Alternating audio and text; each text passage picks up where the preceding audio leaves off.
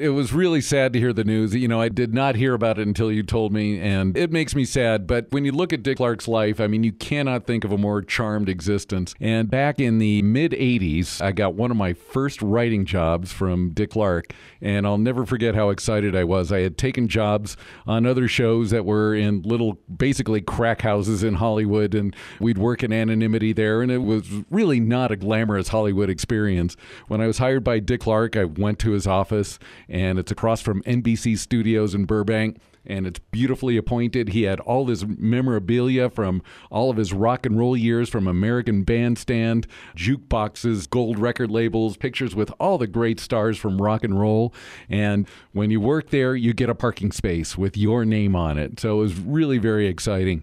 And Dick couldn't have been more gracious. He wasn't hands-on with the writers. He was really first a businessman.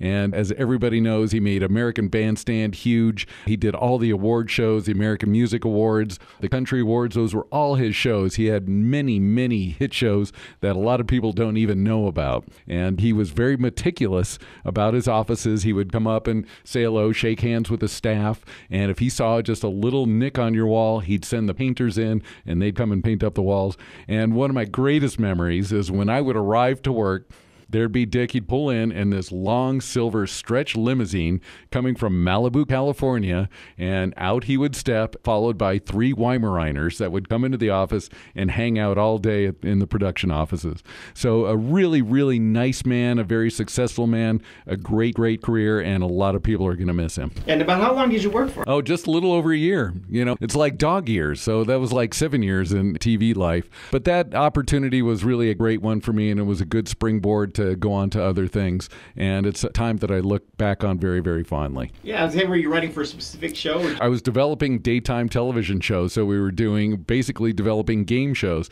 So Dick had $20,000 pyramid, and he was very successful with that, and he hired a few of us to come in who had a little experience. I was a gag writer and a Q&A writer when I first started, and we all got thrown into a room and just thought up game show ideas, and we do little pilots and run them over to NBC across the street and perform run-throughs, and either they liked it or they didn't. They usually didn't. It's one of the hardest things in the world to sell, believe it or not. So we were doing basically daytime programming over there. And was he accessible, or did you have to go through certain people? He was very accessible. When you walk into his office, his wife Candy would be in the front, and she's just like him, just very polite. There was nothing pretentious about her. If you needed to see Dick, you could get in there and talk to him. Very, very gracious, very accessible.